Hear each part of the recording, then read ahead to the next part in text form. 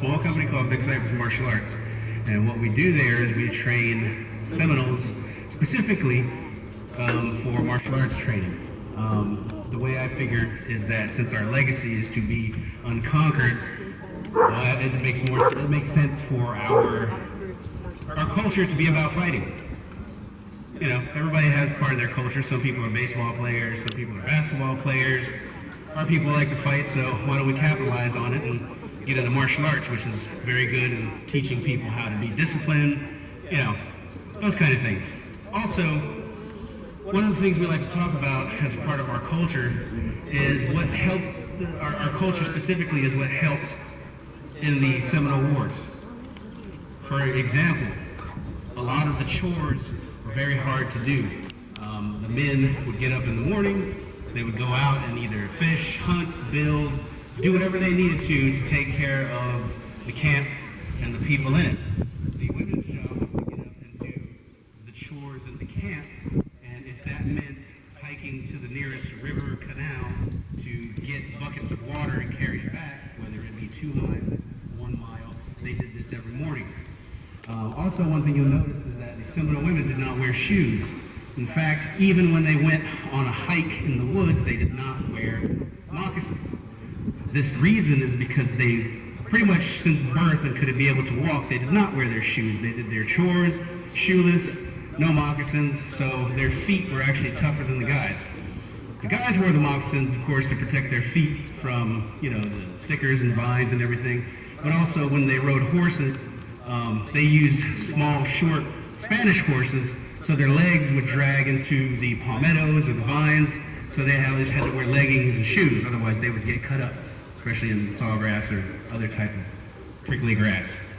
The first thing we're going to show you is being very hard and rigorous on the women and the men, but this was just daily life. Even my grandfather told me the story of one of the camps that he used to live in. He had a group of women whose specific job was to get up every morning, hike 2 miles, everybody had to get buckets, and bring it back to the camp. And they did this, you know, every other day or every day. So these are some pretty tough women, walking 2 miles with, you know, buckets of water. Madison is going to show you a quick example of a young woman who knows how to handle herself. All right, step forward, Mad. And she's going to be training with Quentin. So this is Madison and Quentin. Now, we do have a game called stickball. And in this game, the men have 2 sticks. It's like the cross, only it's with 2 sticks. Now, in this game, the women, of course, weren't allowed to handle the sticks, but they were allowed to use their hands. And in this, what they would do is the men would use the sticks, and it would teach them about skill and how to handle weapons. Whereas the women, they were allowed to egg up on the men and get the ball any way possible. They could use their hands, they could claw, they could kick, they could attack in groups. And again, this was kind of training them how to defend themselves if they ever had to in a group situation. But for this right now, this is kind of a warm-up thing that we do. But Madison's going to show you. She's also been training martial arts for a couple years. All right, guys.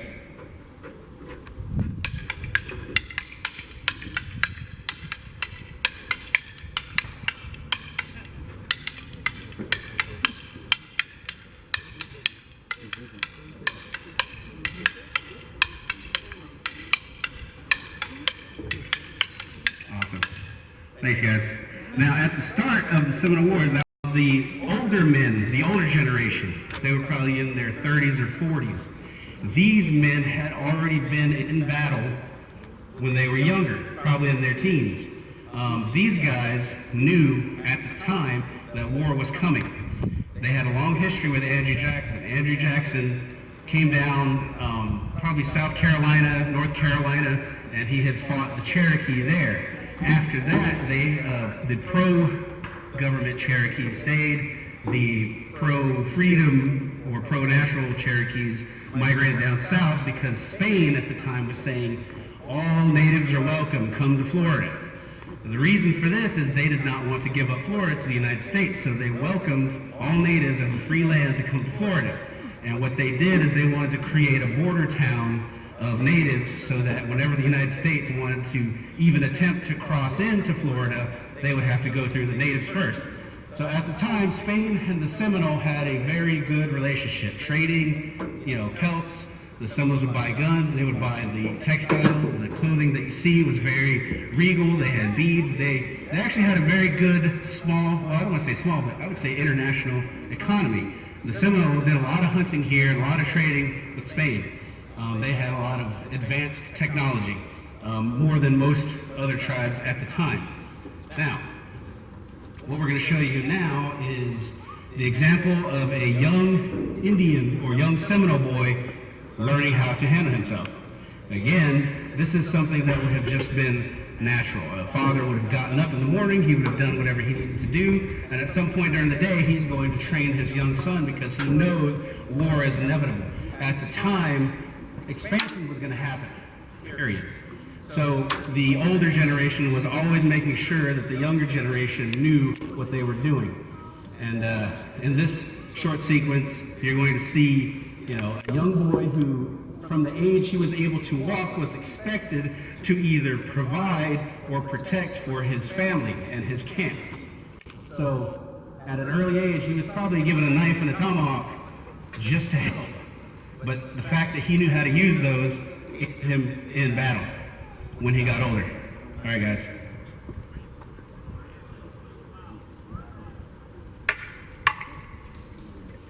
Ooh. Nice.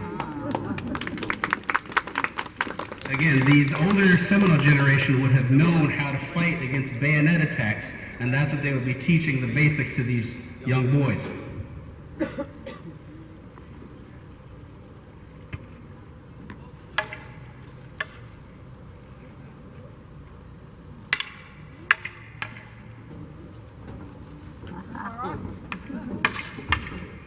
Nice. Thank you. The younger generation would have been taught. So what happened is, a lot of people don't know this, but the Seminole and the soldiers at the time actually kind of lived in a sort of peace. During the breakout of the Second Seminole War, literally weeks before, the Seminole and the soldiers used to coexist here at this very fort. They would come in, they would trade, they would buy. One of the things that the Seminoles had that the soldiers wanted or coveted most was oranges.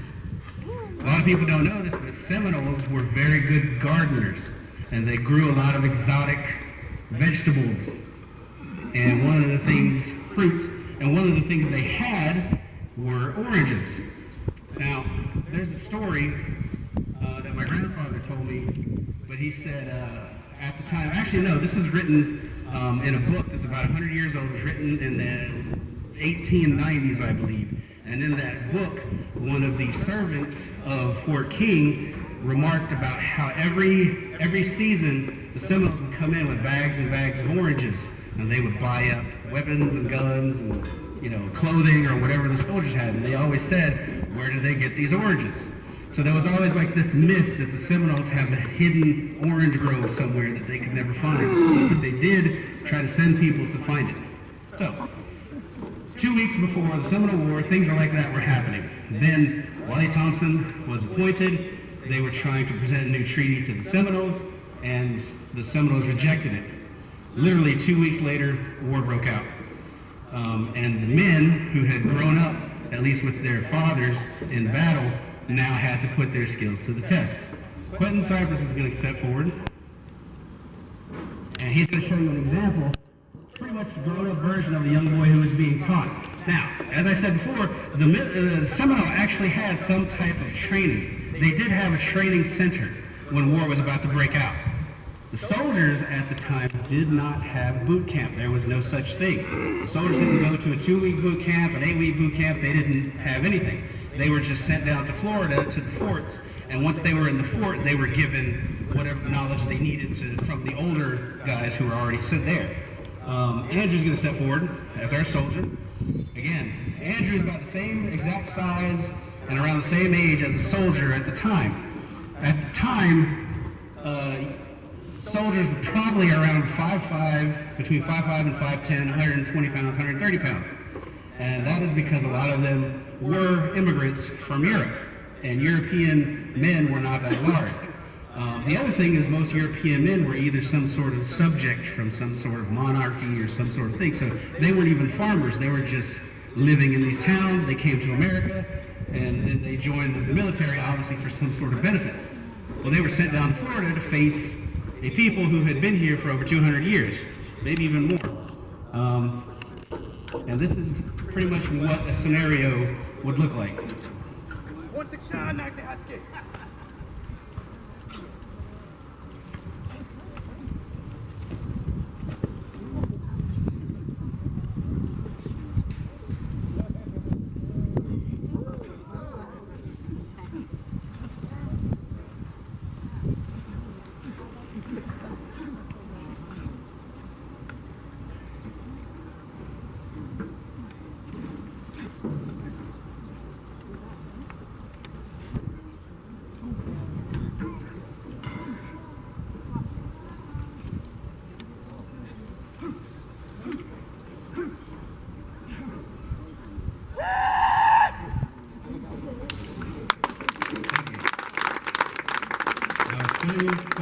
Ladies and gentlemen, and Andrew playing our soldier.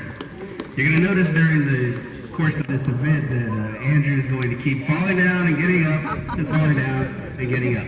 And for this reason, we would like to refer to him as Captain America. But he does a lot here, and you're going to see it during this show. All right. Now, as I said before, the soldiers didn't have a boot camp.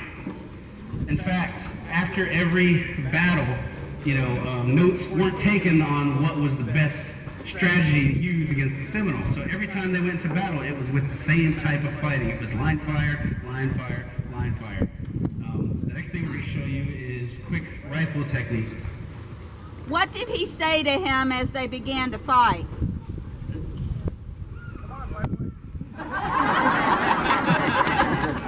And there you have it. All right, we're going to show you some quick rifle techniques. Andrew is going to step forward. Now, this is a replica of a Hall's rifle. This is what the soldiers were sent down to Florida to fight the Seminole. It was about a 6-foot long spear. It could fire. It was pretty much a hand cannon, an arm cannon. Now, the problem with these guns is they were only good for about 5 or 6 shots. Then they would break. So that wasn't a good thing. The other thing is, if you notice the greenery around here and Andrew's outfit, they definitely match. If he wants to go out and hide in the woods, he's pretty good. One of the things that the guys in the field used to tell the new soldiers is that when you get to the fort, let all your gear rust and take your whites and rub them in the mud, because the Seminole can see you coming a mile away. Now, it is no coincidence a lot of the soldiers were shot directly in the middle of the chest, because you see the U.S. Army gave them an ample target to aim at. I mean, I'm not trying to make a mockery. This is a real thing. This is written in soldiers' journals from the Seminole War. You should look those up. They're really interesting. And he said the nice big copper button would sparkle on the plains of the Florida plains, and the Seminoles would use that to shoot at.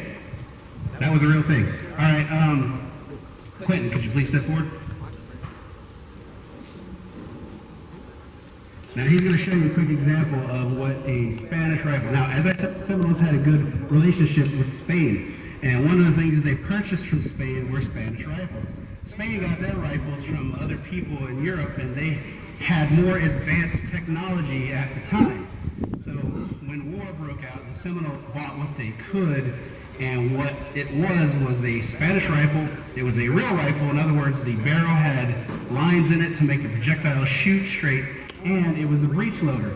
And what that meant was the back breaks open and you could load from the rear, whereas the soldier's gun still had to be front loaded. And the reason for this is the soldier's rifle was a rifle that was commissioned 15 years earlier, and the order was finally complete around the Seminole Wars, so they were going into battle with older technology. That was one of the reasons a lot of the battles went the Seminoles' way. But apart from firing, once they're fired, they become a weapon, and you have to use that weapon. So the bayonet is very scary, and it's a very good weapon. But again, the soldiers are only taught a few things: how to thrust, how to slash, and that's it. The truth is, only the front of that bayonet is dangerous. You're talking millimeters. You can get past that, the soldier's at the mercy of whoever's in close. And with the Spanish rifle used as a weapon, it works very well, especially in these thick woods. All right, guys.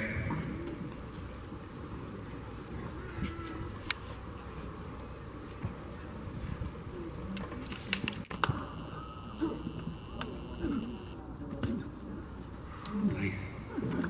Thank you. Yeah, a lot of these, that was Quentin, a lot of these moves are going to be quick and fast, and that's because we try to do the actual event justice. You know, we want to make sure that it's as real as possible. And in any battle, if you talk to any soldier or veteran, they talk about these type of things, that in a large battle, you have to move the object out of your way in advance, otherwise you run the risk of being hit yourself. Now this is Jason, he's going to show us another example of how the Seminole rifle was good as a hand tool over the soldier's long bayonet.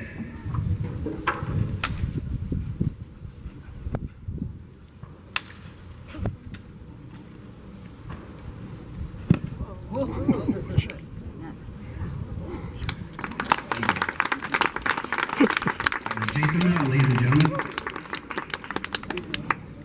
All right, Jason, take a moment, but Jason is now going to show you Seminole knife fighting. Again, the soldiers in the battle, once it came down to hand-to-hand combat, they only had the training of what they had where they came from. If somebody was a boxer, or a natural butcher, or a furrier, or whatever, those are the skills he brought to battle, because again, there wasn't an actual training camp.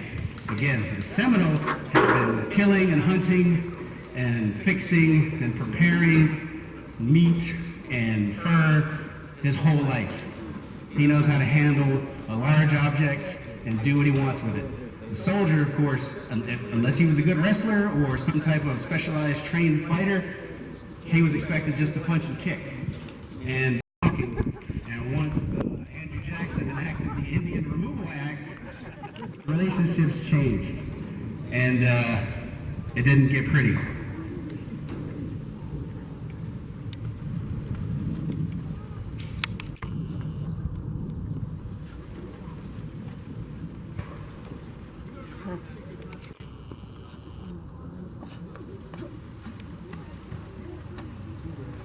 He's down. Thank you. Jason now, ladies and gentlemen. And again, give a nice big round of applause to Andrew, our soldier, who is single-handedly taking on the Seminole, Florida. All right, the next thing we're going to talk about is, again, Jason. He's going to come forward.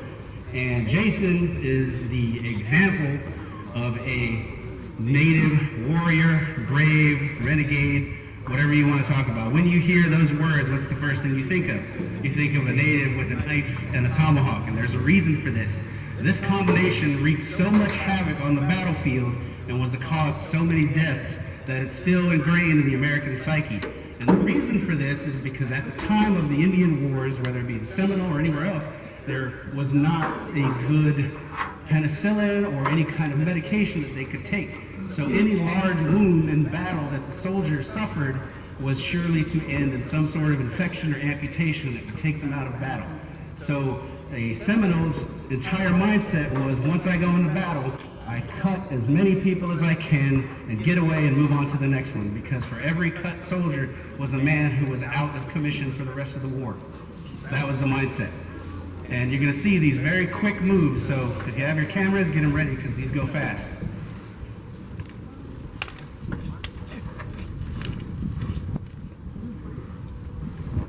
Awesome, thank you. There's some more coming up. Again, we have to break these up because these are very quick moves.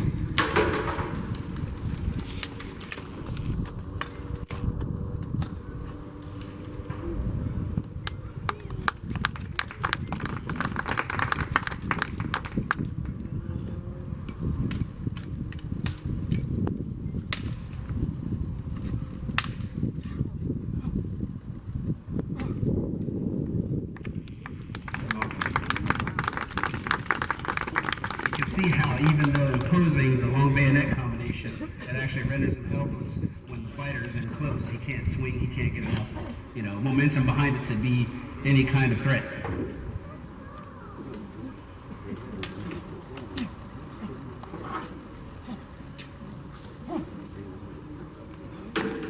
Nice.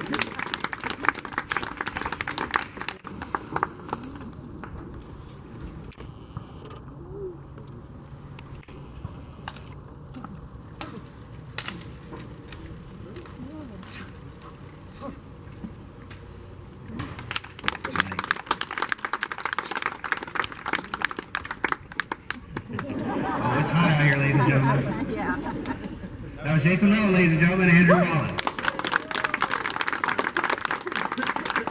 Now, the struggle is real. Andrew is very hot right now because the outfit, one of the tactics, once they knew they couldn't defeat the Seminole on the ground, was capture the women, capture the children, and then we'll stop fighting.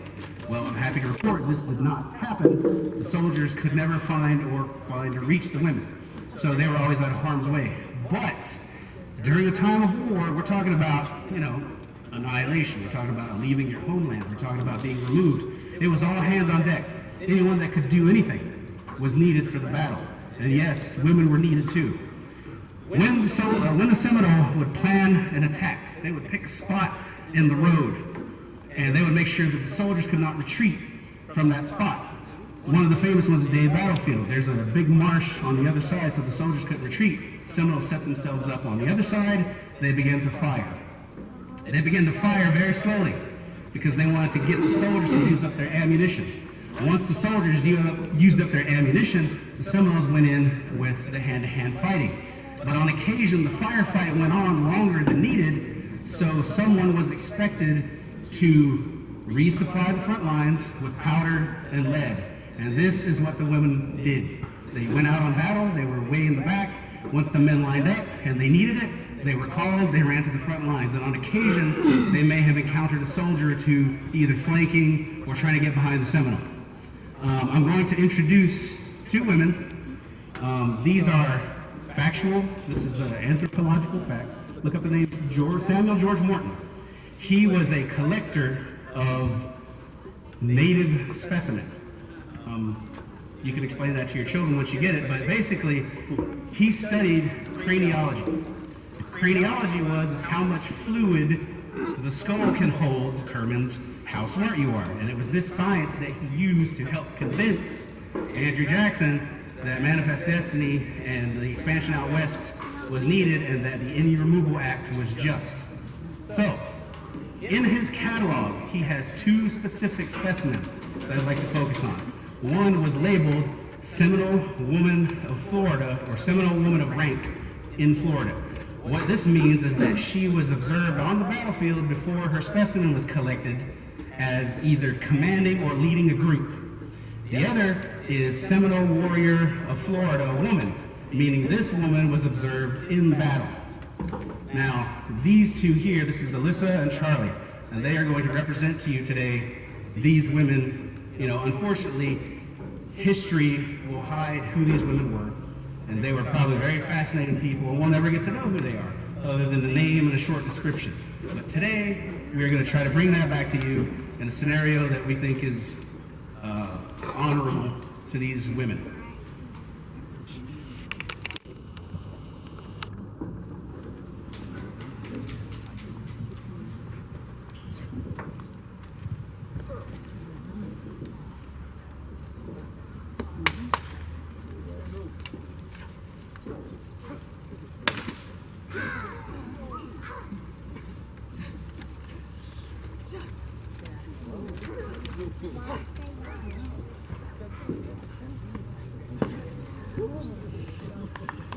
Thank you.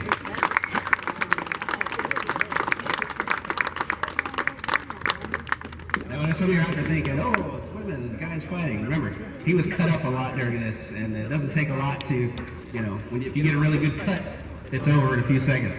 And that's what they were taught. All right, guys, that concludes our show. I know it's hot, I know it's sweaty. That is Osceola's Warrior Legacy. On the end, we have Andrew Rowan as our soldier. A big round of applause. He deserves it. We have Parker Osceola as our young Seminole boy. We have Quentin Cypress